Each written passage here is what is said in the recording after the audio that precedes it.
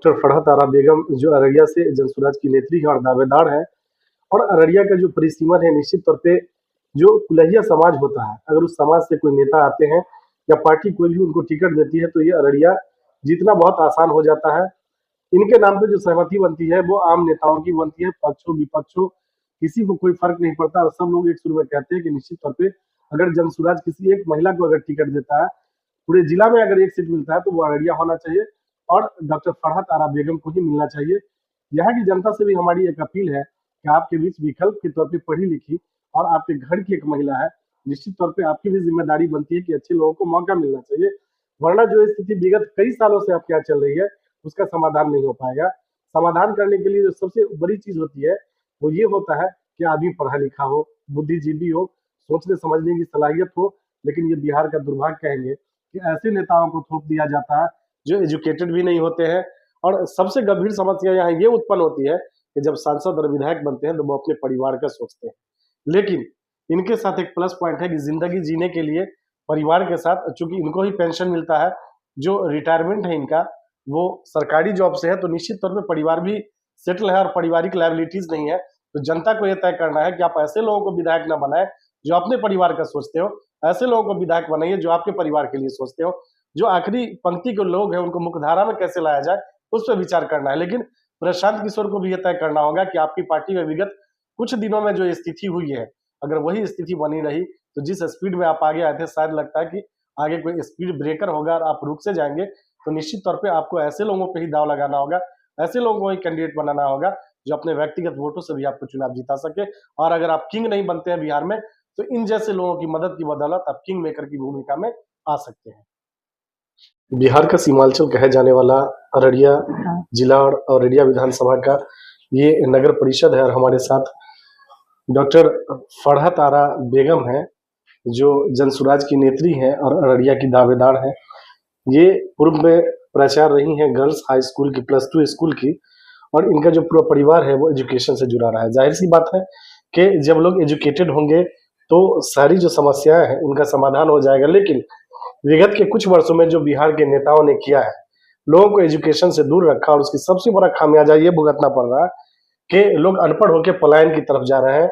और निश्चित तौर पे जब आप एनएच पे खड़े हो जाएंगे, यहाँ से जो एनएच गुजरता है ईस्ट वेस्ट कॉरिडोर बोलते हैं, अगर उस पर खड़े हो जाएंगे तो शाम के टाइम में आपको जो बड़ी बड़ी बस लगती है आगे दिल्ली की, उसमें ये दिखेगा कि मजदूर का पलायन होता कैसे है।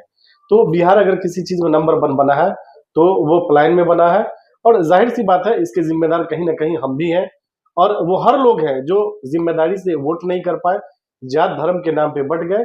और यही कारण है कि यहाँ लोग धर्म के नाम पे, जात के नाम पे मौका का फायदा उठाते रहे और वोट लेके विधायक सांसद बनते रहे, उसके बावजूद काम नहीं हुआ। ये अररिया से अभी बीजेपी के सांसद हैं प्रदीप सिंह, और कांग्रेस के यहाँ से विधायक हैं। निश्चित तौर पे प्रदीप सिंह डबल इंजन की सरकार के सांसद हैं और तीसरी बार कार्यकाल है प्रधानमंत्री जी का, बावजूद उसके यहाँ की जो विकास होनी चाहिए वो नहीं हो पा रही है। यहाँ के जो किसान हैं बाढ़ से परेशान है। इस इलाके में मक्का की बात कर ले, केले की बात कर ले, और अगर मखाना की बात कर ले तो बड़े पैमाने पे खेती होती है, बावजूद उसके किसानों को कोई लाभ नहीं मिल रहा है। अभी जो बगैर मौसम की बारिश हो रही है, हम भी देखा है कि मकई का फसल पूरी तरह बर्बाद हो गया है। तो सरकार को इस ओर भी ध्यान देने की जरूरत है। लेकिन सरकार का ध्यान अगर आकृष्ट कराता है, कोई मीडिएटर की भूमिका निभाता है, तो बुरे जनप्रतिनिधि होते हैं, सांसद और विधायक होते हैं। लेकिन गलत लोगों के चुनाव जीतने की वजह से, जनता की जिम्मेदारी खत्म होने की वजह से ऐसे लोग जीतते हैं जिनको समाज की किसी भी परेशानी से कोई मतलब नहीं रहता है। हमारे साथ मैडम है, इनसे जानेंगे कि आज भी जो अररिया है यहाँ की सबसे बड़ी और गंभीर समस्या क्या है। इनके पार्टी का जो 5 मुद्दा उस पर चर्चा करेंगे, लेकिन पहले जानेंगे कि आपकी अररिया विधानसभा में आज भी सबसे बड़ी और गंभीर समस्या क्या है जिसका समाधान विगत कई वर्षों में नहीं हो पाया। देखिए, अररिया जो है विधानसभा में सबसे ज्यादा जो परेशानी है वो जो है शिक्षा में रहा है। शिक्षा पर कई बार हमने भी लिखा है, फीमेल इलिटरेसी इन कुल्हैया बिरादरी, मेरा भी रिसर्च वर्क रहा है। दूसरा जो हमने खोज किया वो इसी पे किया है, तो उससे प्रूफ हुआ कि जो है पूरी बिहार में, एक तो बिहार पिछड़ा है ही है, लेकिन बिहार में अररिया जो है साक्षरता दर जो है अररिया का सबसे कम है। और यहाँ पर जैसे हम अररिया विधान सभा को लेते हैं, यहाँ पे जो है पहला मतलब डॉक्टरेट हमने किया, जिसमें पूर्णिया कमिश्नरी में पहला डॉक्टरेट होने का अवार्ड हमको मिला।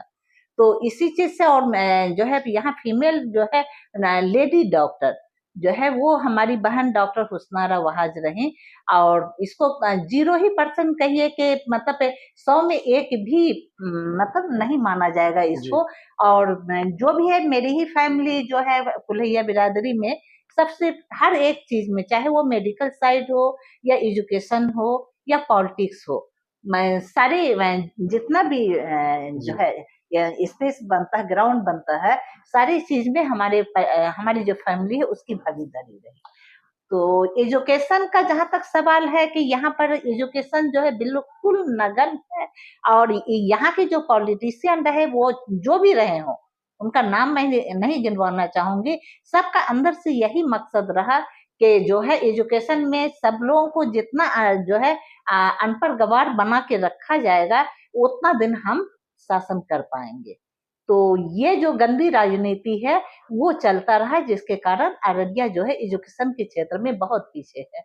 अब हम हेल्थ में ले लेते हैं, यहाँ पे अगर आपके बच्चे को कुछ भी इस तरह की परेशानी होने से आप लेकर के अगर हॉस्पिटल पहुंचते हैं, वहां आपको डॉक्टर नहीं मिलेगा टाइम पे, और डॉक्टर नहीं मिलेंगे, या फिर वो सारी चीज की उसको अल्ट्रासाउंड कराना है, एक्सरे कराना है या सिटी स्कैन करना है, वो कोई भी सुविधा अररिया में नहीं है।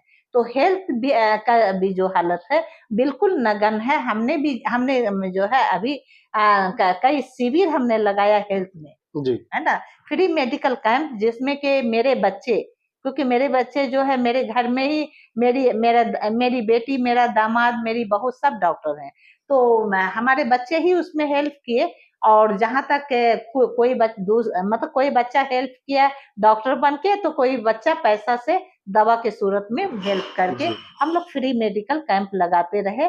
और उसमें इस तरह की परेशानी जनता का देखने को मिला, जिससे कि जो अच्छे इंसान है वो उसका आंख भर जाता है उस दर्द को देख। आपके अररिया में आज भी जो बड़ी और गंभीर समस्या दिखती है वो वाटर लॉगिंग की है, जल जमाव की है। थोड़ी सी पानी में ही पानी लग जाता है सब तरफ। तो इसके लिए आपके जो सांसद और विधायक हैं कुछ काम नहीं, इस तरह अररिया का सबसे बड़ा जो दुर्भाग्य रहा यही रहा कि यहाँ पे जितने भी मतलब अनपढ़ गवार जो भी रहे, सारे लोग हमारे विधायक और सांसद बनते रहे, और सब अपना फैमिली जो है जातिवाद नहीं परिवारवाद की राजनीति करते रहे।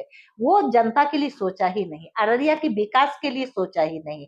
आप शिक्षा ही के क्षेत्र में देखिए, एक मामूली डीएलएड कॉलेज अररिया में नहीं है, बच्चे जो है डीएलएड करने के लिए बाहर जा रहे हैं, एक बीएड कॉलेज नहीं है, एक पारा मेडिकल कॉलेज नहीं है कि बच्ची जो है नर्सिंग कर ले यहाँ से। तो इन सारी परेशानी को कभी यहाँ का प्रतिनिधि नहीं सोचा, और सारे प्रतिनिधि का चाय का बगान है, और बहुत बड़ा बड़ा जो है वो लैंडलॉर्ड बन गए, प्रॉपर्टी के मालिक है, लेकिन जो है वो परिवारवाद उनका तो चलता रहा, और जो है दिन दूना रात चौगुना तरक्की करता रहा। और अररिया की जो जनता है वो क्या है, अनपढ़ गवार हो करके वो गरीबी रेखा के नीचे जाते रहे, और यही कारण रहा कि अब हमारा 60% जो नौजवान है वो पलायन कर रहे हैं, वो मजबूर है। आप जिस फैमिली से आती हैं उसमें बड़े बड़े नेता हुए, आपकी अपनी फैमिली से कांग्रेस की विधायक हुआ करती थी, हाँ। आपकी चची थी, बिहार में मंत्री भी थी, हाँ। तस्लीमुद्दीन साहब के परिवार से भी आपका रिश्ता है, हाँ। तो और आप शहनवाज हुसैन के भी आपका परिवार बहुत करीब रहा है। तो मेरा सवाल यह है कि कांग्रेस, आरजेडी और बीजेपी बड़े बड़े लोगों के बीच आप लोग रही हैं, बावजूद उसके आपने जन स्वराज को ही क्यों ज्वाइन किया? देखिए, रिटायरमेंट से पहले जो है सभी पार्टी वाले हमसे संपर्क किए, और सभी ने ऑफर दिया, और मेरी रुझान को भी जानने की कोशिश किए। तो उस बीच से हम अपनी फैमिली से भी मिलाते रहे, और मेरा तालमेल किसी से नहीं हो पाया, क्योंकि मेरा रुझान जो है, हम बिल्कुल मेरा जो है एक बेटा जो है, आप लोगों को बतला देना चाहते हैं आज कि बड़ा बेटा जो है मेरा विपिन कुमार विश्वास है, जो त्रिवेणीगंज डीएसपी है। तो वैसे जो है विपिन कुमार जैसे मेरे बहुत बेटे हैं जो कि बिहार में बहुत बड़े बड़े पोस्ट पर हैं। और मेरा जो है कभी भी हिंदू मुस्लिम मतलब जाति क्या होता है वो मेरा परिवार नहीं जाना। मेरे दादा हम और दादा और मेरे चचा जितने भी रहे, मेरे चचा जो है धोती पहनते थे और उनके साथ जितने भी उनके दोस्त आते थे, कांग्रेसी सब आते थे, तो सभी को हम लोग काका बोलते थे उस टाइम में। तो हम लोगों के का फैमिली थोड़ी अलग तरह का रहा और थोड़ा ब्रॉड रहा जाति के मामले में। हम लोगों की बस एक धर्म को मान के चले कि वो इंसानियत है बिल्कुल। और भारतीयता ही मेरी पहचान है।